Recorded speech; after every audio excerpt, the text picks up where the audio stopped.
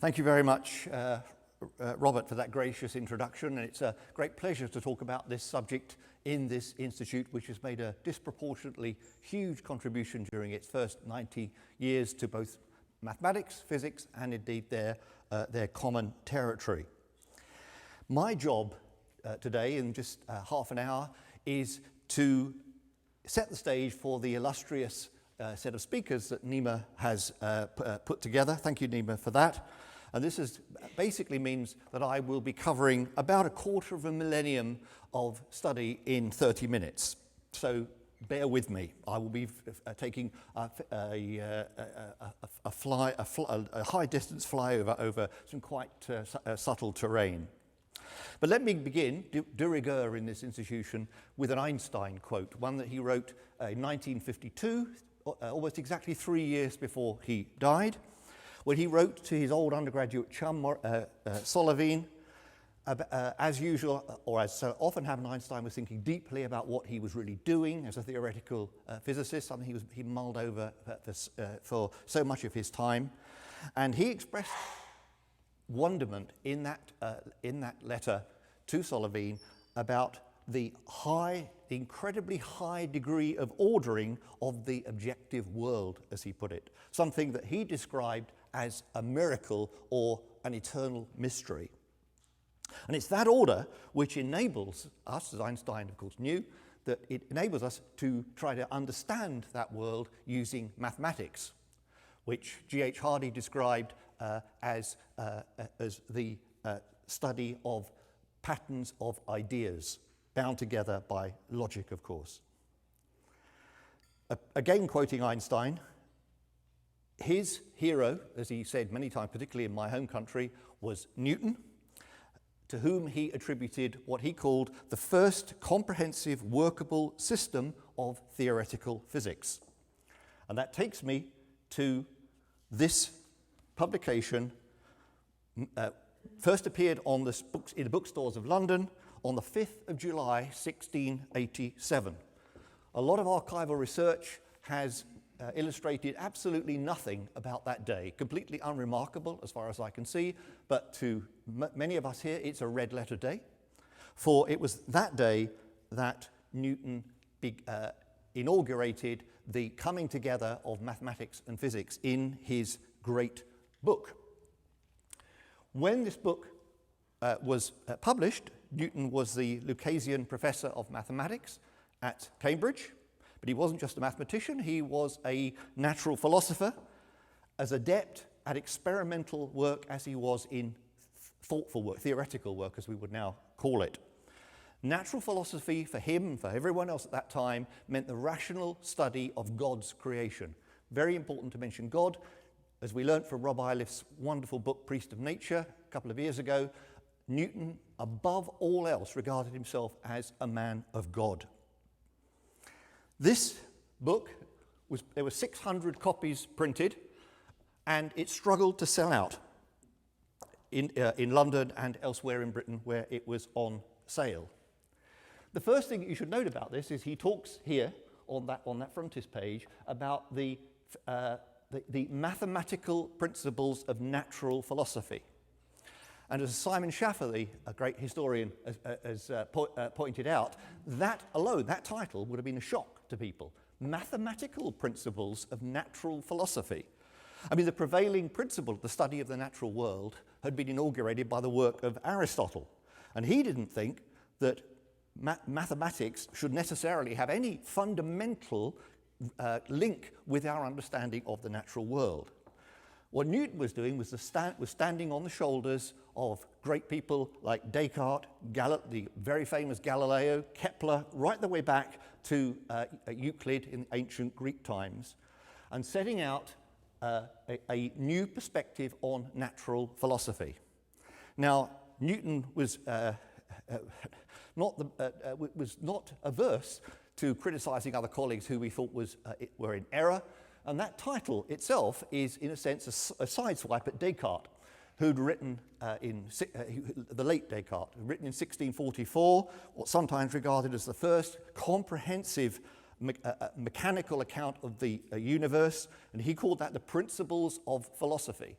So what he did here was in big letters put mathematical principles of natural philosophy.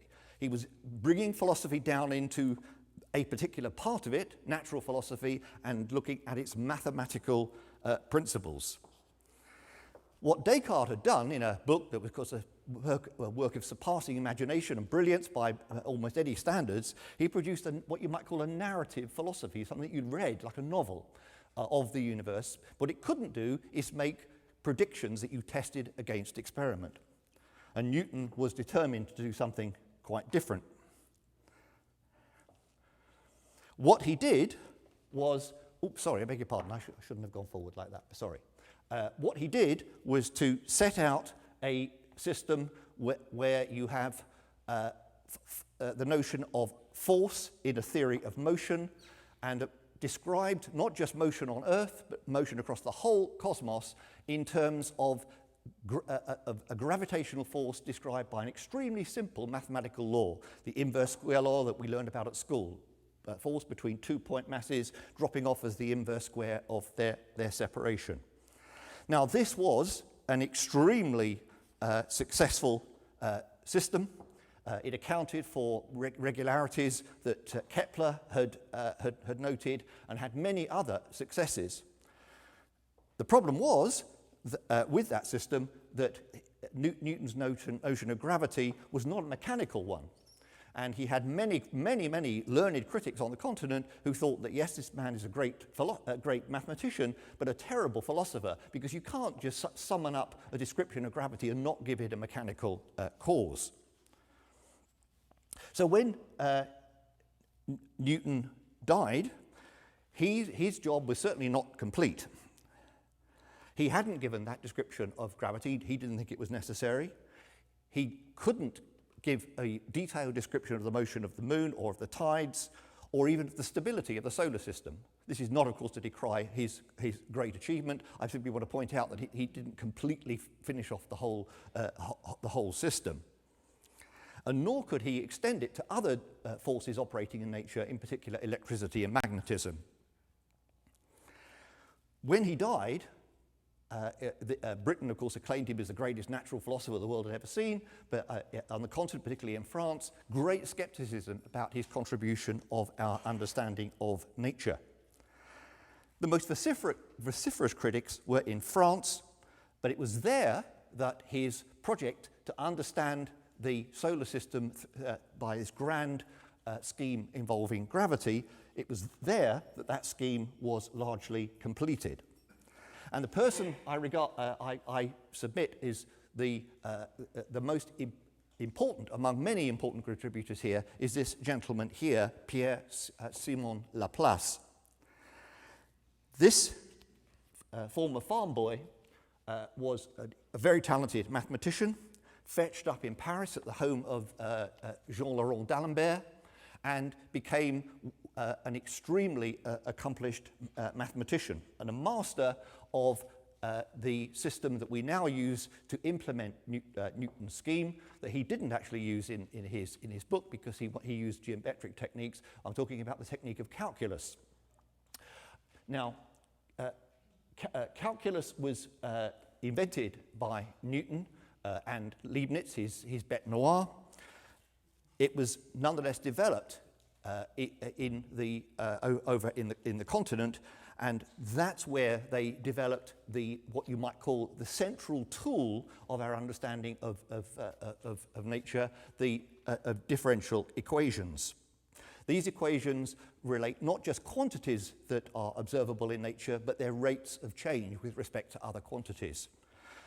Much of theoretical physics, as we now describe it, is about solving differential equations, setting them up, and using those our understanding of it to enhance our understanding of the natural world. Laplace, often known as the French Newton, was a master of differential equation theory. There were many other people who worked alongside him, his peers, people like Lagrange, d'Alembert, and others. What he did in his great book, Celestial Mechanics, a 5-volume masterpiece written between 1799 and 1855, was in effect to complete that Newtonian program using mathematics that Newton did not have at his disposal. A key thing that Laplace did was to change, was to pioneer a change in our understanding of the way we describe the world. In the third volume of Celestial Mechanics, he wrote a fawning dedication to his hero Napoleon, who was incidentally a major force in promoting our understanding of the natural world, not least electricity. And you may have heard the anecdote, probably true, but we aren't certain, that when presented with Celestial Mechanics, Napoleon asked Laplace why there was no mention of God in this masterwork. And Laplace allegedly replied, I had no need of that hypothesis. Laplace simply believed that those laws were not describing God's creation, they were simply mathematical regularities that it was his job and his peers' job to try to tease out. One point I want to say is that the amount of activity on the continent, particularly in France at this time, was such that you could say as a shorthand that the modern understanding of the subject of physics was effectively invented in France at the turn of the 19th century.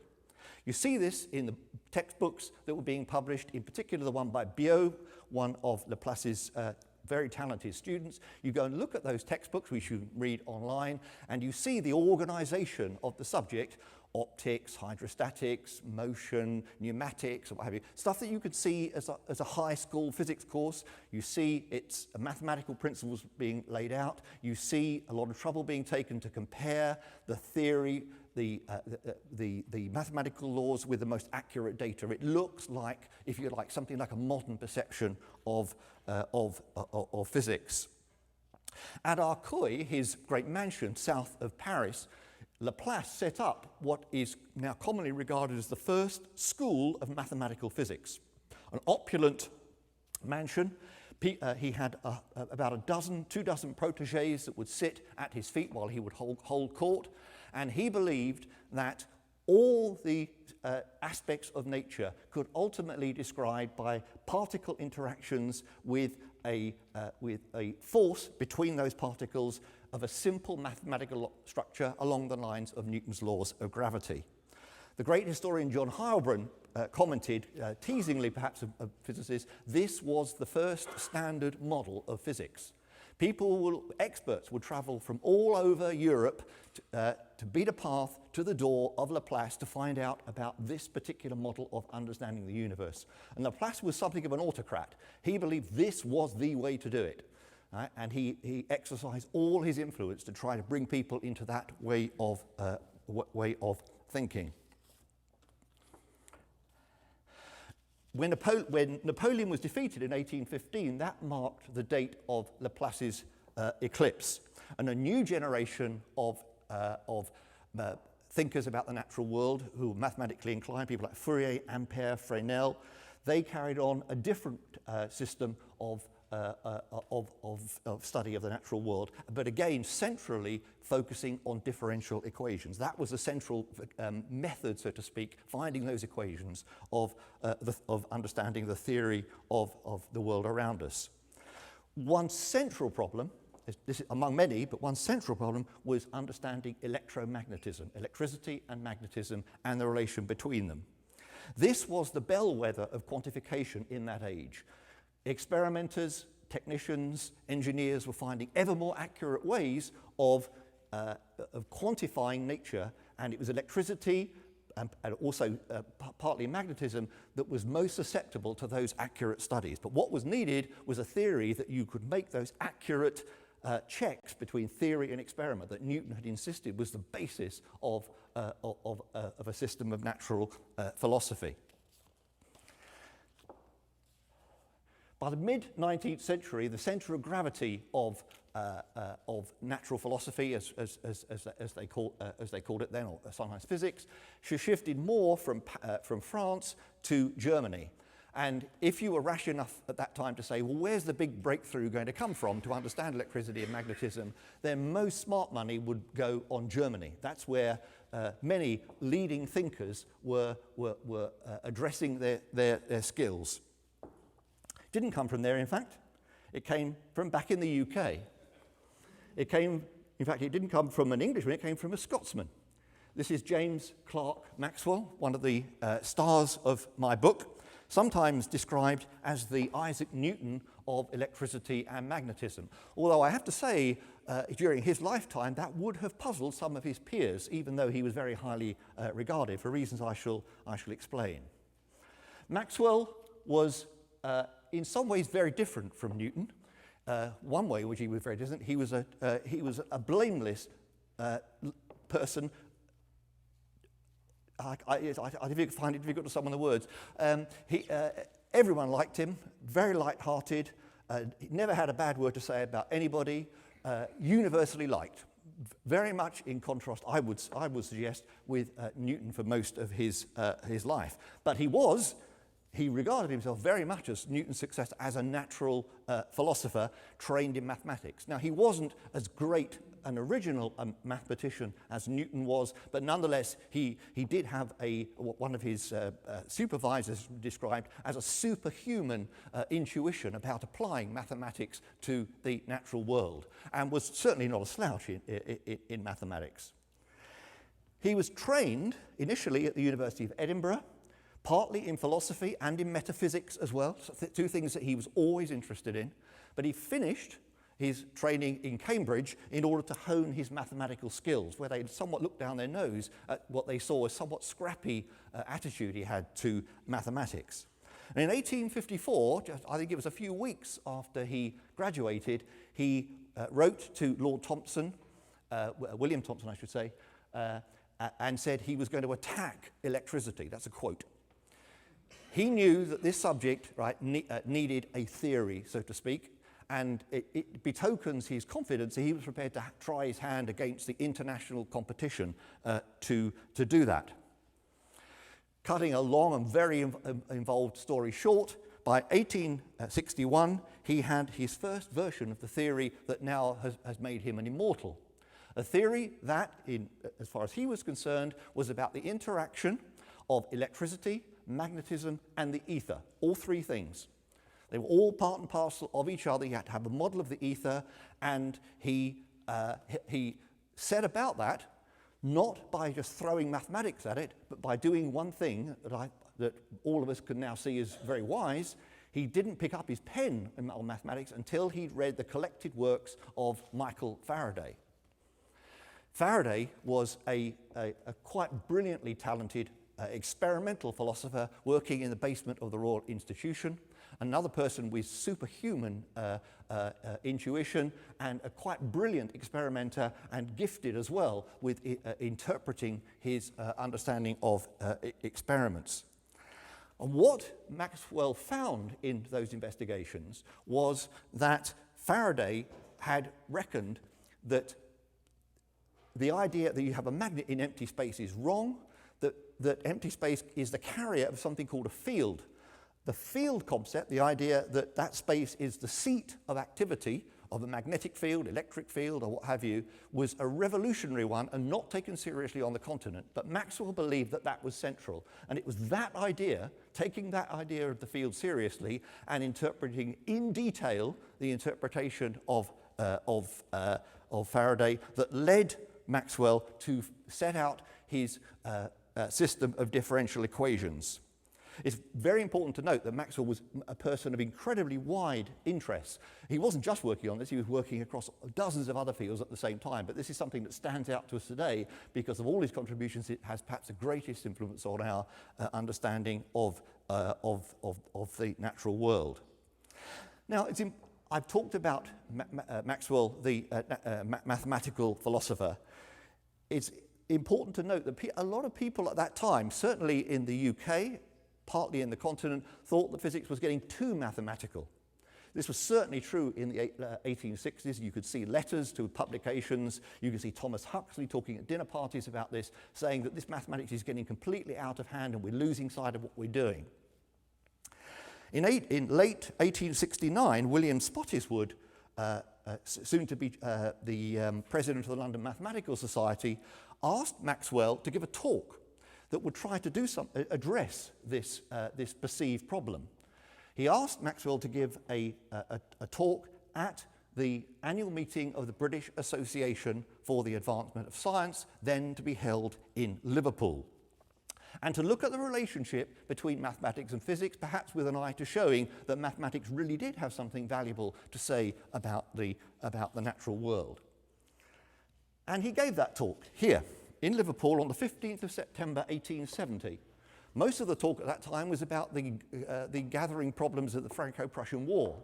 This picture is fake news. It's been put together by a mock-up artist, but it shows that what it roughly speaking would have looked like.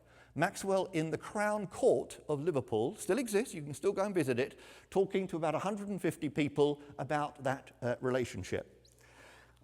It's a wonderful thing. I haven't got time to describe it here. All I would say is that it shows Maxwell at his playful best, talking to everyone in the audience, from somebody who knows virtually no mathematics, who's terrified of mathematics, right through to the hotshot mathematicians who were also at that meeting. And he stressed that mathematics and physics have a huge amount to teach each other, and he gave multiple illustrations of how they could enrich each other. Rather a long talk, but he did stress in ways that perhaps won't be totally obvious to people there, but if you read it, they're there, about new mathematics that was being developed by pure mathematicians being useful to physicists. And he was alluding to things called quaternions, which are mathematical objects discovered by his colleague Sir William Hamilton, the theory of knots, and the emerging theory of topology, the properties of objects and surfaces that don't change when they're stretched, twisted, or deformed, but not torn. And he was serious about this. 3 days later, he stood at that same podium and gave a talk called On Hills and Dales. And by looking at the local newspapers, that had an audience of a few dozen people who were expecting a talk about the Scottish countryside, and what they got was an introduction to what we now call Morse theory. And apparently the audience was slightly nonplussed at this, but again, it's well worth looking at Maxwell's treatment of that topic. Very important to realize, Maxwell regarded himself, as I keep stressing, as a natural philosopher. Over on the continent, we were seeing the birth of a subject, of an autonomous subject that came to be called theoretical physics. This subject gradually became an autonomous subject as splitting off from standard physics and mathematical physics. It was a subject where people, for the first time, were actually being paid to guess the laws of nature and not be asked in any way to get their hands dirty in the laboratory. There were people like Clausius, who were superb thinkers mathematical thinkers about natural world, but they actually ran laboratories as well. Gradually, they developed this system where people were excused from that and just thought about these deep patterns within the natural world. People like Helmholtz, Kirchhoff, Clausius. The first one who was, if you like, the first textbook example of the first theoretical physicist, in my view, was Max Planck. Maxwell died in 1879, still not knowing whether his theory was the right one. There were other competitor theories as well. And it wasn't for several more years that Hertz in Germany discovered electromagnetic waves that Maxwell had predicted, that his theory really came to be seen as the right one of electromagnetism. And incidentally, Maxwell's equations, emblazoned across the T-shirt of many a science student, those equations were first published in 1892. Certainly not by Maxwell, of course, he was dead, but by Oliver Heaviside, a telegrapher. Spread across hundreds of pages, incidentally, not in the compact form that you see today. Now, by 1901, Maxwell's theory was accepted everywhere, Max Born tells us, but was taught not necessarily everywhere. And that was of some frustration to this gentleman here, Albert Einstein, who was an undergraduate in Zurich, and he always said that the most important part of his undergraduate career was coming to terms with Maxwell's theory, specifically his equations. Now, I will skip over the great year, Einstein's perhaps greatest year in 1905, just noting that those papers reflect what is certainly true, that Einstein regarded advanced mathematics as something of a luxury, something you could dispense with if you were a physicist, because it really didn't matter that much. If you go and look at those wonderful papers in that year, you will see that the mathematics, by the standards of the most advanced mathematicians, is really quite simple. Laplace would have regarded it as completely straightforward mathematics. Einstein only changed his attitude towards mathematics at about the time this picture was taken in 1912, when he was developing his generalized theory of relativity, a theory of gravity. And it was his old friend Marcel Grossmann who explained to him that in order to set up that theory in a way that was consistent with his founding principles, he needed to use differential geometry and tensors, which had been mathematicians had discovered and developed decades before. This was very much a surprise to Einstein, who suddenly saw the value of advanced mathematics in physics and never changed his mind from that. It was, for Einstein, who was not, as he would be the first to say, not the most talented mathematician, a non-pare physicist, but someone who found advanced mathematics difficult, he found it a great struggle to complete that theory.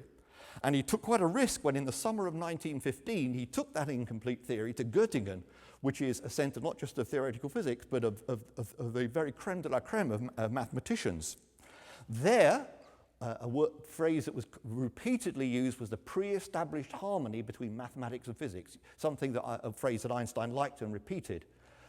In the front row of those people listening, there was David Hilbert, one of the world's great mathematicians, and he and others saw that Einstein was floundering in mathematical terms and resolved to try to get there first, put rather more simply than is justifiable, but there we are. Einstein only just beat Hilbert to the post, announcing his final general theory of relativity on the 25th of November 1915. And the critical thing for us, ladies and gentlemen, is that in his judgment, what had taken him to that finishing post and delivered him those final equations and their correct interpretation was the use of the most natural framework that the theory could be cast in. He became, overnight is too strong, but he rapidly became convinced that it was searching for the right natural mathematical framework that was the guide to developing theoretical ideas. And that's what he did when he attempted to set out a theory that went beyond gravity and brought in electromagnetism, so-called unified field theory. He had no clues from experiment, but he believed that by developing the mathematical content of his theories, he could come up with a theory that would take him to his goal, something that was derided by his critics, notably Wolfgang Pauli, who accused him of becoming a pure mathematician. The big problem with that theory or that approach was that it paid no heed to the discovery of quanta, of quantum mechanics, the notion of motion on an atomic scale being described by fundamentally different laws to the ones that Newton had set out so long ago. Here is Einstein in 1927 at the Solvay conference. Einstein was starting to feel quite lonely at this time, in the sense that he was among people who were the great young Turks of quantum mechanics, Heisenberg, Schrödinger, Bohr, Dirac, and so on. He felt uncomfortable with quantum mechanics. He didn't like the way it treated probability as an essential part of the theory. Here were several parts of it that he found distasteful. The thing I wanted to point out here is the contributions of one of these people here. This is Paul Dirac. Now, he certainly wasn't the prime discoverer of quantum mechanics, but he was the most mathematical thinker on this subject among those pioneers. And although I haven't got time to go into those details, I ask you to take on trust that in his research, he repeatedly found himself in asking theoretical questions. He found himself on the turf of mathematicians. things called non-commutative geometry at the heart of quantum mechanics. Mathematical objects called spinors when he wants to give a description of the electron that incorporated quantum mechanics and relativity, and indeed topology in his first description of the monopole. Now, Dirac was certainly no philosopher, that's for sure, but he did relent in 1939 when Max Born, a refugee from Nazi Germany, ensconced in Edinburgh, invited to give a talk called the Scott Lecture, which is traditionally about philosophical challenges in physics.